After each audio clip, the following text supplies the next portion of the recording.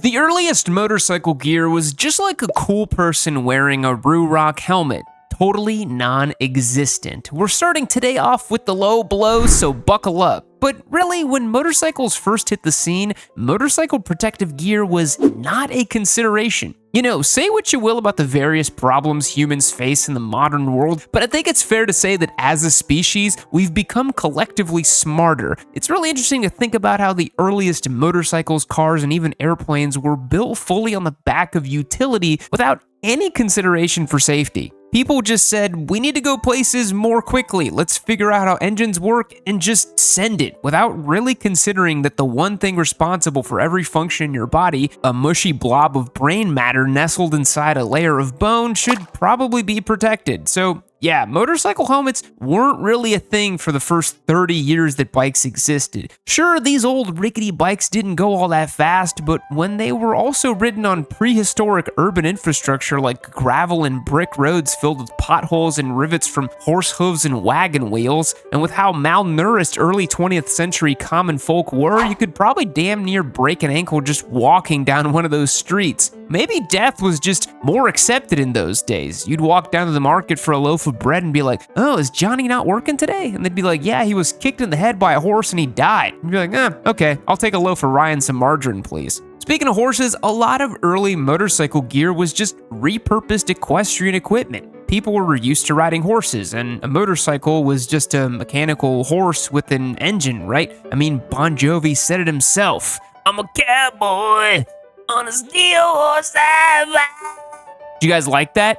I could do that in an entire episode if you want. Since riding a horse and a motorcycle involved a similar posture and exposed the rider to similar risks, it wasn't uncommon for motorcyclists in the early 1900s to wear equestrian riding boots and coats when operating early motorcycles. Military equipment was also used by early riders, including canvas jackets for heavy-duty durability, skull caps for warmth, and goggles to keep wind, bugs, and debris out of the eyes. And by the late 1920s and early 30s, some significant advancements would be made in the development of specialized gear for motorcyclists. The first motorcycle jacket was designed in 1928 by Schott NYC. Schott was operated by two brothers, Irving and Jack, in New York's Lower East Side. They're responsible for the iconic Perfecto motorcycle jacket that has become a ubiquitous garment designed still nearly 100 years later. The Perfecto jacket is what you think of when you think of a biker jacket, like one worn by Brando and Wild One, and the ones worn by the Ramones, and the one an English major at a liberal arts college buys at H&M. In the wake of 100 years of innovation in safety, textiles, and design, we still think of the classic Perfecto biker jacket as part of a lifestyle fashion more than we'd ever considered a modern and purposeful piece of motorcycle gear. But when it was first invented, it was truly designed for motorcyclists, and it was cutting edge at the time. The jackets were made out of horsehide, had belted fronts, D-pockets, flap change pockets, zippered sleeve cuts, and shoulder epaulettes. The Perfecto jacket was a double-breasted design, which meant that the front left panel overlaps the front right panel. I actually didn't know that until I did this video, so there you go.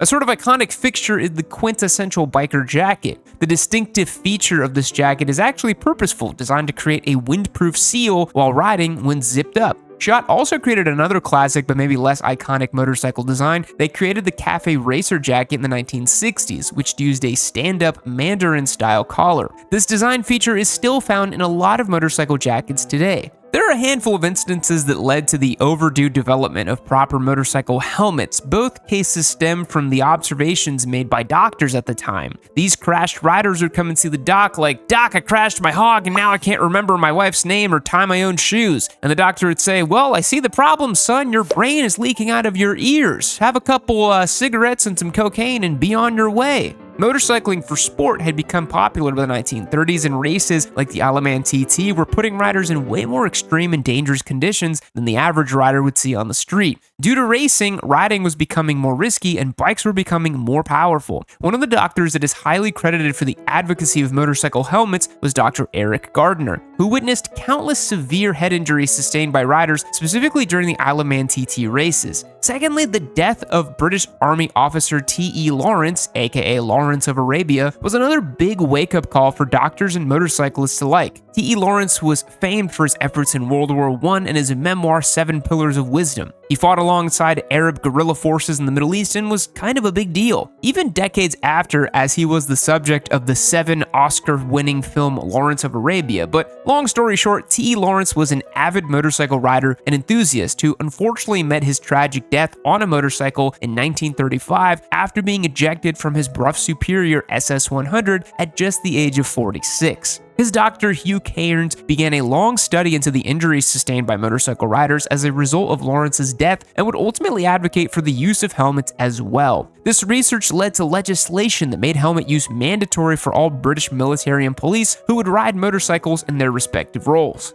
The earliest motorcycle helmets were pretty rudimentary, essentially being repurposed military helmets made of tin, rubber, and cork. But by 1953, United States Air Force researcher Charles Lombard would be responsible for patenting the first specialized motorcycle helmet. This patented helmet would be the first to somewhat resemble a modern design with a rigid outside shell and padding inside. Following World War II, as motorcycling grew globally, new brands would start specializing in motorcycle protective equipment, and one of the first helmet pioneers was AGV. They released the first helmet made of fiber instead of metal in 1954. And 2 years later, they released the first motorcycle helmet with a wraparound design, which provided a lot more protection than the half-helmet brain buckets that were common at the time. Around this time, esteemed Japanese helmet manufacturers like Arai and Shoei would begin more than their half-century-long dedication to making the best and most innovative motorcycle helmets in the industry. It was at this time American manufacturer Bell would begin pushing industry standards as well. As motorcycling was skyrocketing in popularity, safety standards were established to create general requirements for helmets to meet. Snell was founded in 1957, and the American National Safety Standard for motorcycle helmets was set in 1966. By the 1970s, Shoei and Arai were arguably leading the helmet industry with many milestones, such as innovations in materials like the use of carbon fiber and Kevlar, and they would become prevalent in motorcycle racing as well, being worn by countless notable racers over the last 50 years.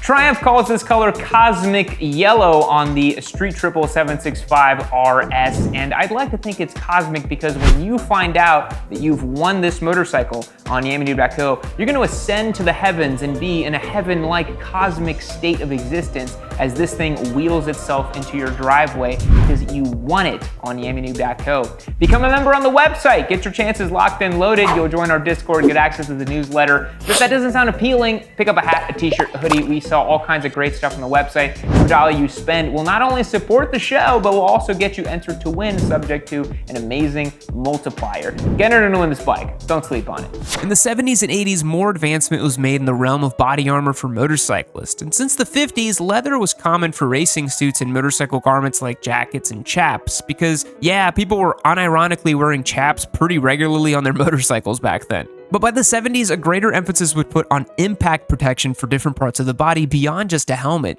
Dainese invented the first impact spine protector in 1979, and around this time, other advancements were made in using different materials and textiles for motorcycle equipment. Traditionally, riding jackets or race suits were made from horse leather. Then different types of leather was used as well, like kangaroo leather or other materials like Kevlar. By the 1990s, standards were set in Europe that garments must meet in order to achieve safety certification. Motorcycle garments must feature impact protecting armor in major impact regions like the shoulders, elbows, hips, and knees. By the mid-90s, things are looking relatively modern by this time, with the use of advanced textiles, impact protection, and full-face helmets. One of the next major iterations of motorcycle safety is the airbag vest system. Dainese was one of the first to introduce spine protectors for motorcyclists, and they were also one of the first to develop an airbag system for motorcyclists. Not unlike gear from the early 1900s, airbag vest technology is also shared between motorcycle riders and horseback riders. Airbag vests first hit the scene in the late 90s and early 2000s and were adopted by MotoGP racers as early as 2007, whereas today they are a mandatory piece of equipment worn by every rider on the grid. In theory, an airbag vest is incredibly simple. The original design used a tether system with one end of the tether connected to the bike and the other the rider. Should the rider be separated from the bike, the airbag will deploy, creating a cushion between your body and the impact of the ground of the obstacle. Tethered systems do have limitations though. There have been many instances of riders hitting the ground long before they're separated from the bike, far enough to trigger the deployment of the airbag. Modern airbag vests are electronic and use a series of gyroscopes and accelerometers to detect a crash. These calculations happen in a fraction of a second and can allow them to deploy a lot more quickly and efficiently than an old school tethered system. Airbag vest technology has improved greatly in the last 20 years, and they're cheaper, safer, and more accessible than ever. It's been a super significant advancement in the evolution of motorcycle gear, and if you're an avid watcher of MotoGP or World Superbike and you've seen the way these guys go down, airbags are protecting people literally every single weekend. Helmet tech didn't slow at the turn of the century either. Leading brands like Shoei and Arai have continued to improve and expand their helmets with high-density liners for better shock absorption, shells that are quieter and lighter while also being safer, and ventilation systems that improve rider comfort. There's also a more wide array of helmets available. There's full-face helmets, modular helmets, dual-sport helmets. They're all being sold at varying price points while hitting the necessary safety ratings. ECE reigns supreme as the safety cert that shouldn't be skipped out on, while the DOT standard in the US can be kind of laughable in some ways. Just look at all the novelty helmets you can buy on eBay that still achieve DOT certs. I wouldn't trust a DOT cert with my brain. There's also the Snell-rated helmets, which meet further standards often seen on helmets designed for racing or track use. Gears also evolved to be more comfortable or convenient. There's boots, jackets, and gloves that offer different waterproofing, weather for riding in conditions. Gore-Tex, whether it warrants the design or price point or not, has sort of created a new expectation for waterproof textile material. There's even heated gear like glove liners and jacket liners available to riders who refuse to winterize their bikes. These can be powered by battery packs or even wired into your motorcycle's electrical system. And of course, there's convenience features like motorcycle comm systems that allow riders to listen to music, navigation, or chat with their buddies while they ride. We're living in the future, folks. Motorcycles are the best they've ever been, and motorcycle gear is the best it's ever been. 100 years ago, we went from people riding rickety old wooden bikes with frames and exposed pilot lights and literally flames for headlights while wearing equestrian boots and a leather football helmet to riding fuel-injected bikes with variable valve timing and ram air and ABS with an ECE-rated helmet, airbag vests, and waterproof riding boots and everything else in between. Maybe motorcyclists have gotten soft. We're not the grizzled, rough and tumble bikers that they're used to be, but we're also living longer, and that is good. And I'll tell you what, I'm a whole lot more comfortable on my bike. Thanks for watching all the way to the end. I hope you learned something fun. You can now explain to riding buddies how Lawrence of Arabia's death is responsible for the proliferation of motorcycle helmets all around the world. You're welcome. Fact: President Zachary Taylor passed away after eating way too many cherries and drinking milk at a 4th of July party in 1850. He died on July 9th from gastroenteritis. Goodbye. Boys, it's really sad that this video is now over, but you know what's not sad? Winning a free motorcycle, and that's what this Triumph Street Triple 765 RS is designed to do. You know, nobody gives away bikes like your sweet Papa Yam. Nobody's doing Triumph Street Triples and Panigales and all the latest and greatest stuff. If you want access to win, become a member on yamd.co and don't miss your chance.